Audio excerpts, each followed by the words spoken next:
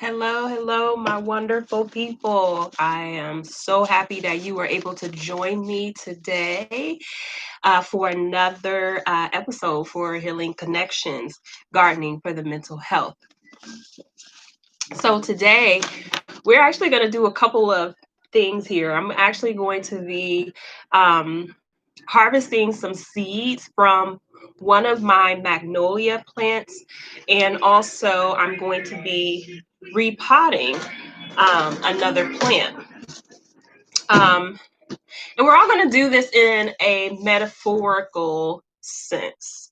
So sit back, relax, get comfy, because we are going live and we are going to have an awesome discussion about how gardening helps the mental health. So I'm going to start with this. This baby needs some water.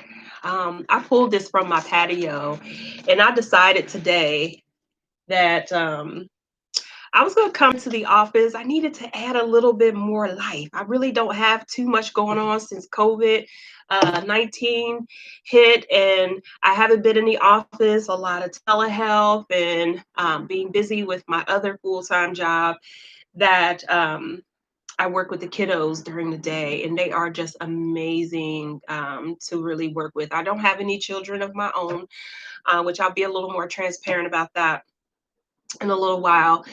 But being able to do this, coming into the office and being able to do my video here, I thought it'd be a really great idea since I'm coming into the office and I realized I need to add some greenery into my scene.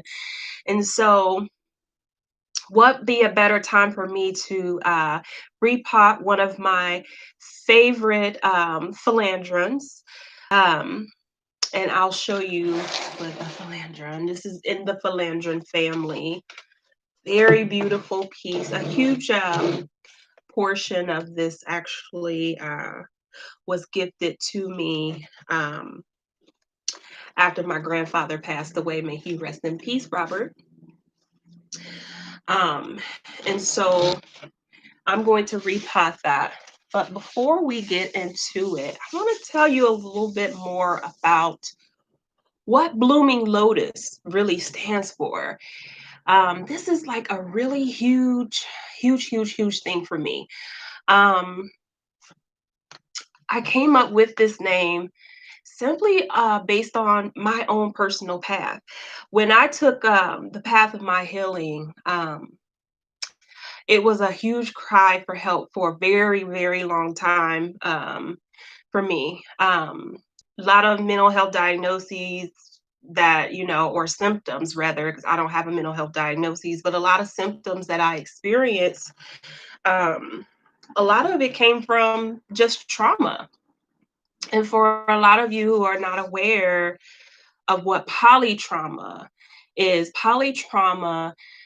which I am a survivor of polytrauma, but polytrauma is when you experience multiple traumas within your life. So that means more than two, more than three. I will tell you, it will take two hands for me to count, plus some fingers and some additional toes in order for me to really keep track of my trauma. Luckily for me, I've been blessed to where I have been blessed with the gift of resilience, and I've been able to really get through a lot of things with self, the end all be all, but it also put me in the right direction towards really just going in for myself and taking care of myself and getting some mental health help.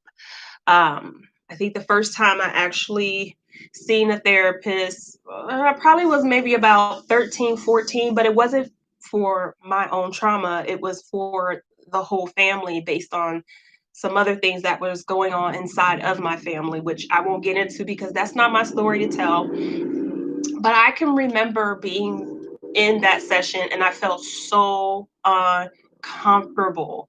I felt so uncomfortable to the point that I remember my mom asking me like, "Do you wanna go back?" And immediately I was like, "No." And she's like, "Well, you don't have to go back." Now why? Why would I do that? Why would I not be honest? Why would I not be open about not wanting what was I going, what was happening with me? What was it that I was going through? Um, and the truth was I was going through my own drastic trauma and healing from my own drastic trauma myself. Now, a lot of these things I hid. I didn't open up about a lot of the things that happened to me from the time I was 5 on up into the age of maybe 16, 17. All of those different things I kept hidden until I was well into my early 30s. And even still, it was just like peeling off layers of onion, because I was never forthcoming with my traumas right away, talking about it right away. And so, in the midst of all of that, the different things that I was really going through, um, this is all going to be included in my book that I am working on. It's been a very long project that I've been working on, but I'm really hoping that my story, my experience will help others. Um, and it will show other women or men or teens or young children that no matter what life throws your way, no matter what happens to you, um, you are not that trauma. You can heal, you can change, and you can blossom. um, that takes it to, I can remember being age 10. I always said I either wanted to be a doctor or I wanted to be a counselor.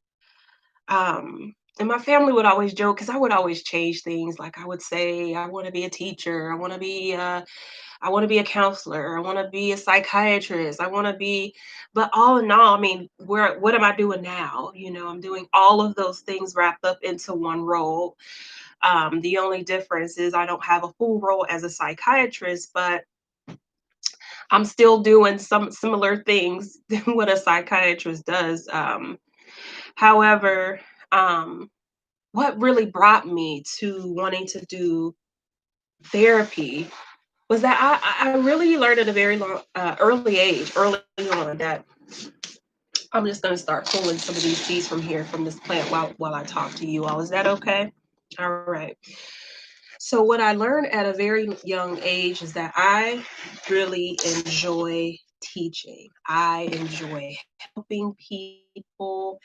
I enjoy making a difference in people's lives. I discovered that purpose at a very, very young age, and I'm so grateful to God that I was given that vision. I was given that path. Um, and so a lot of that is going to be included in my book about how I was able to find peace and make peace with a lot of the different traumas that, in order for me to be an effective um, individual in anybody else's life, sometimes the best teacher is the one who really just has a a long history or a long experience of whatever teaching or lesson that needs to be taught.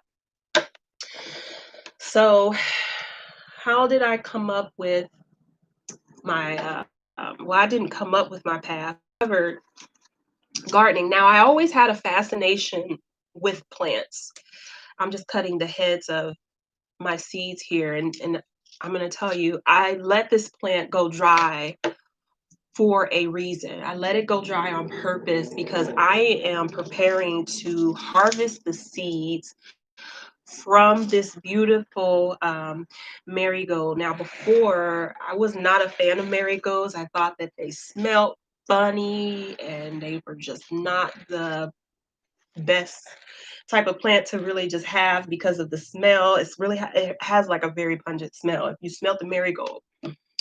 However, I realized that these things right here, like, they keep the mosquitoes off of my patio. And I'm telling you, I can sit out on my patio for a while, like a long time. And as I'm sitting on the patio, like I'm never disturbed by a mosquito. I think I saw one mosquito flying around, but it didn't land anywhere. Actually flew away. But the smell is just so pungent on these that it actually kept it away. And so this is just my little experiment. As you can see, it probably wasn't like the best pot to really in. However, I'm prepared and I'm ready for next year. I'm going to be kicking. I'm going to be rocking. This thing is going to be in a taller pot. It's going to be spread out throughout parts of my patio, and it's going to be really nice. And so, as you can see, there are like tons of seeds that this thing really harvests here. And so, I'm going to show you here. So, I like take and open up the pod, and I pull, or I just pour them out. But let's see. I think I can put this on here. Now this, you can see all of those are different seeds. That's opportunity for at least, I'm counting. And so as I began to work in my garden indoor, I began to realize that, you know, I can take more. I can take what I already have and create more. And so I got into propagation. Now, what propagation is like if I take a piece of this plant here, which actually has aerated roots, that's an aerated root right there. If I take that, cut it, stick it in some water, I can create a whole new plant. Whoa.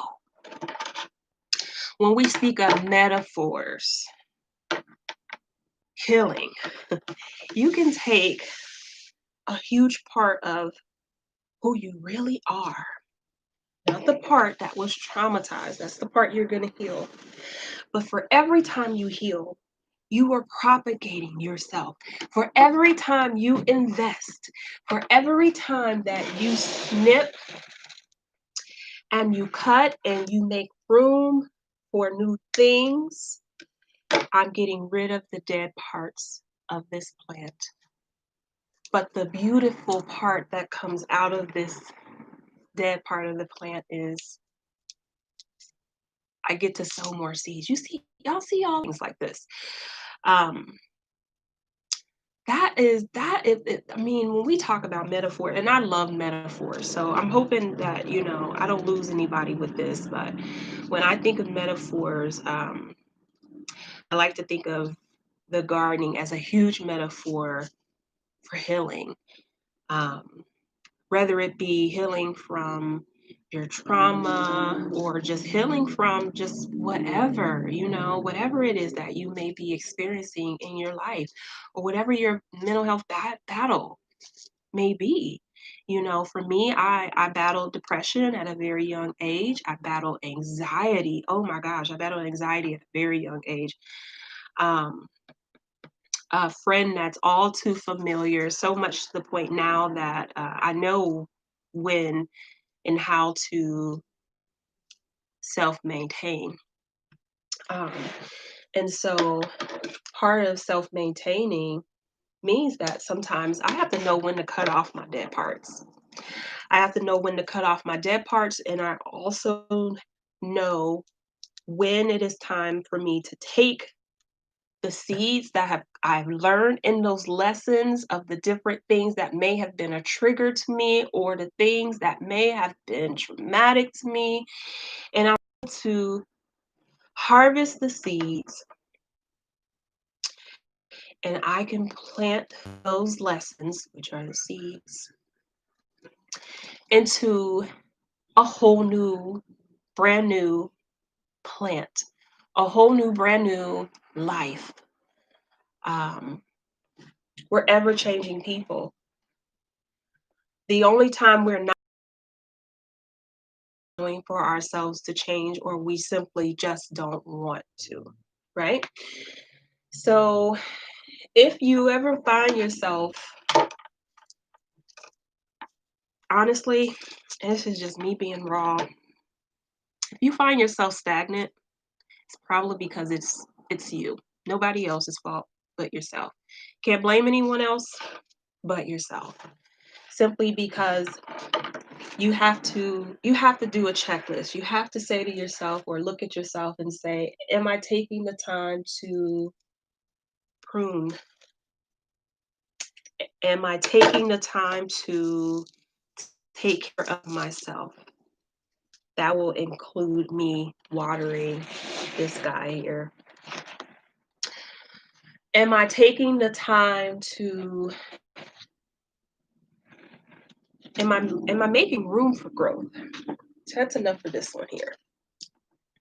Making room for growth is a really huge piece in healing, because once that door opens and you are allowing for yourself to just be vulnerable for a minute, you know, for a moment, be vulnerable enough to say, hey, you know what? I know I can't fight this battle alone. And so I'm gonna go see a professional. I am going to find me a mental health therapist, someone who will be able to help me or give me or guide me in the right direction, and help me find the appropriate tools to win my battle. So, little background about my logo. I'm going to see if you guys can see this here. This is my business card, but as you can see, my logo here is actually a lotus, in the center of that is cupped by a hand. Now, that hand is actually resembling me holding up my lotus. Now, a little background about my fascination with the lotus flower, okay? I am I am very I'm very intrigued about flowers or plants that grow in the most um or not the best conditions, the most murkiest, dirtiest, ookiest conditions. And when we think about a lotus, where does a lotus grow? A lotus actually comes from the mud. This is a plant that if you throw in the water or you find in a pond or you find somewhere in the water, it grows from muddy conditions. So the water like sits on top, the bud sits underneath that water like it floats. But somehow underneath that bulb, the roots somehow find their way to the ground, to the bottom of the water, pond, wherever. And that's where the lotus flower begins to grow. It begins to bloom. And so, ta-da, this is where, even in your toughest conditions, your toughest environments, the most roughest, the toughest, the unstable environments, you have the power within yourself to heal, to change, um, to blossom. That's what healing connections is all about. When you are working with me as your clinician, or if you're working with your other clinician elsewhere, just know that that's what we're for. That's what a therapist is here for. We're here to walk with you along your journey to find to help you find the real you, to help you find whatever challenges that you may be having. All right. And so when I speak on growth, I'm going to change this flower pot here. I need to change this pot simply because the conditions of this pot, it actually is going to actually go back to, this one's going back into my home. I brought some other greenery today, but to put into the office. But this particular baby here actually goes next to the memorandum of my grandfather. So it's definitely going back home, where it seems to like it the most. Um, I'm going to do a little pruning on this, as you can see. Sometimes we have leaves that go really bad. And so, again, this is me taking time as if I were taking time to heal, and we're clipping away the things that we no longer need.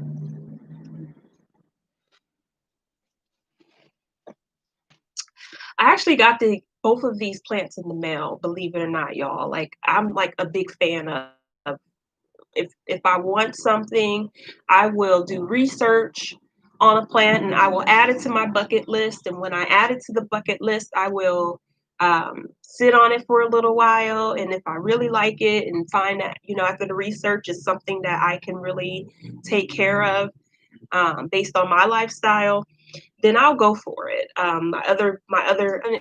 If any of you know what a Birkin is, it's beautiful. Just look it up. Google Birkin plant and you will see what I mean. All right, so I am changing the pot on this. Simply, for one, you can tell that it's just like a regular pot that came from the nursery. And I have actually, I got the first plant. The second plant is actually an addition, which I just recently received as a gift when my grandfather passed away, as I said before. So when we talk about space, I know y'all can't really see this, but there's a root coming from, or maybe you can, from this pot. The main reason why I am changing it from this pot is because I want to prepare the space that this plant will need in order for it to grow. And so when we talk about life, we talk about what do we need? How are we going to invest in ourselves? How do we prepare for that next stage, right? How do you know when you might need an additional level of support from a mental health professional? Make that room, make that change. Whether it's preparing for like a very common thing, adjustment disorders, and it's not a long-term diagnosis, so don't get it twisted, y'all. Like, this is just because it's a diagnosis doesn't mean that it's going to be something long-term. Now, there are some mental health diagnoses that do last long-term, whereas adjustment disorder, it can change. It really just depends on how well that individual can get through it. And so if you're expecting like a huge life changer, boom, sometimes it can be a stressor that you are not prepared for. Kids going to college, empty nest syndrome, kids going to kindergarten. That's still not empty nest syndrome, but somehow it's like that connection that you had with your baby, but now you see your baby growing up. That could be a complicated. You're preparing to get married. Oh man, I got a wonderful treat for the couples out there who are looking to invest in their relationship. But that's for another day. But these are all good reasons to, go out and reach out to a mental health professional. It doesn't have to be for a long term. It could just be for maybe 4 to 6 sessions, a short period to kind of help you build on your coping skill toolbox. So I'm gonna work while I'm talking. Like, I was one of those kids who would talk, talk, talk, talk, talk, and would get lost and forget to do my work if I wasn't focused enough. So this is like, you know, making room in your life, making room in your life for change. So if you know that you're ready to heal, you ready to make some changes, that's what you do. This is what you do. You go in, you do a self-assessment. As you're doing your pruning, you're cutting off all the dead parts, you're letting all of the dead parts go. You're determining what's going to work for you and what's not going to work for you. All of those different things matter. They're important steps that are so necessary in making sure that you setting yourself up for mental health success. So keep those things in mind as you guys are, just going through life. Oh, we finally got that baby out. Ooh, let me show you this. This is like my favorite part when I pull the all of the roots. See how that baby was already starting to wrap around like that. Now, mind you, guys, I'm like super excited to know that I just potted this in June and already it was beginning to become root bound. And so, root bound, that's another metaphor. So, what is root? Root bound is basically this is what it sounds like. Um, Root bound happens when your plants no longer have room to grow. And so they start going in circles. Does that sound familiar for some of you guys and gals? When you can't grow anymore, you probably feel at times that you're just spinning your wheels and you don't have anywhere to go. You're not making it anywhere in the direction in life that you want to go. And that could possibly simply be because maybe you haven't made that room to grow. And sometimes you don't know where to start, where to begin. But guess what? That's what mental health professionals, that's what we're here for. We're here to help you along the path, along your path of finding you. And so, talking about making space, the soil that I actually already have prepared, I have random pots of soil at home that have certain, types of soil mediums so that it can work well with my philodendrons because the pH has to be at a certain level for one. And for two, I needed to maintain its level of moisture without overwatering. And so not only am I making space for this plant to live, I also have to make sure that the conditions of this space is appropriate. Does that sound familiar too, guys and gals? For this plant here, we still have to make sure that the conditions for this plant, the soil conditions, are just right. And so eventually, at some point, um, this plant's going to also need support, metaphorically speaking. Again, sorry if that's getting old for y'all, but I get a kick out of metaphors.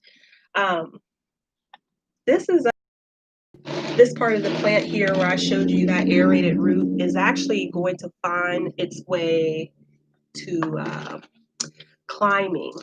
These philanders are known to be climbers, almost like those pathos. Those are those ones that grow in a vine, and you see them all over the grocery stores in the gardening aisle. The aisle that I can't seem to stay away from. I'm supposed to be buying fruits and vegetables, but I always seem to find my way over there first. Um, but this thing's gonna need some support eventually at some point. And so I'm gonna have to stick like a stick in here to get it ready. And I also chose this specific pot simply because it's a bottom feeder. Now, for those who don't know, the good thing about a bottom feeder, for one, let me just tell you, I found this pot at Dollar Tree. Yeah, Dollar Tree for only $1. If I got this out of Lowe's or Home Depot, it probably would have been about $5. So I just saved myself $4, especially if you are a plant lover like me. Them pots can add up. Those new plants can add up. So I find any way that I can possible, not to cut corners, but to save. And it's a very good pot, very sturdy. As you can see, I'm squeezing it. It's definitely movable, flexible, but at the same time, the benefit of a bottom feeder, let me tell you the benefit, and this is going to be my final metaphor for today, um, is that it helps keep the pests away. Yes, the pests away. So typically the top of the soil will attract, moist soil attracts gnats.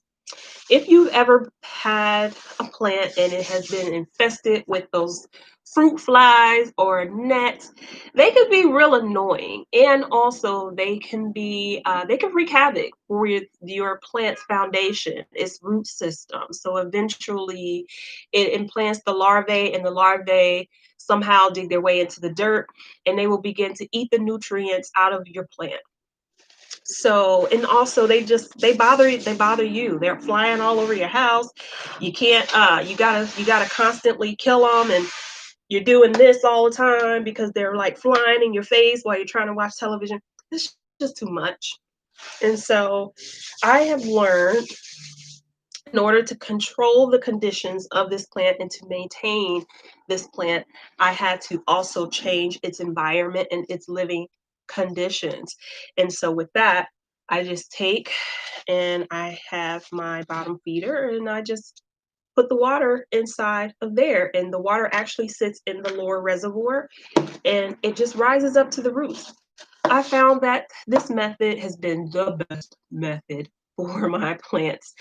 Um, so it helps kill the larvae, dry soil on top, wet soil on the bottom, because they love the topsoil. So that is going to conclude the session for today, y'all. It's been over 30 minutes. If you have been hanging in there with me, thank you so much. I appreciate it. Please be sure to visit my website, healingconnections.org. That is spelled, or it's spelled out, spell it as healing, HEALING dash connections.org. And if you are interested in joining me, please join me for, my workshop. I'm doing a mental health workshop for the next 3 months. Every month will be a workshop. There's one coming up September 12th, another one coming up October 10th, and another one coming up in November. The date is tentative. However, it is coming. And so I'm going to show you how to do some indoor gardening for the winter. Beautiful pieces that I'm going to be helping you create. You're building terrariums for the first two, and then the one for November. We're going to do something a little more unique to have like that beautiful winter indoor garden. So, with that in mind, thank you for joining me. Please be sure again to visit my website. If you are looking for a therapist, my door is wide open, y'all. Um, I am taking new clients virtually and in office and seeing. All right, guys and gals, thank you for joining me. Have a great evening. Bye.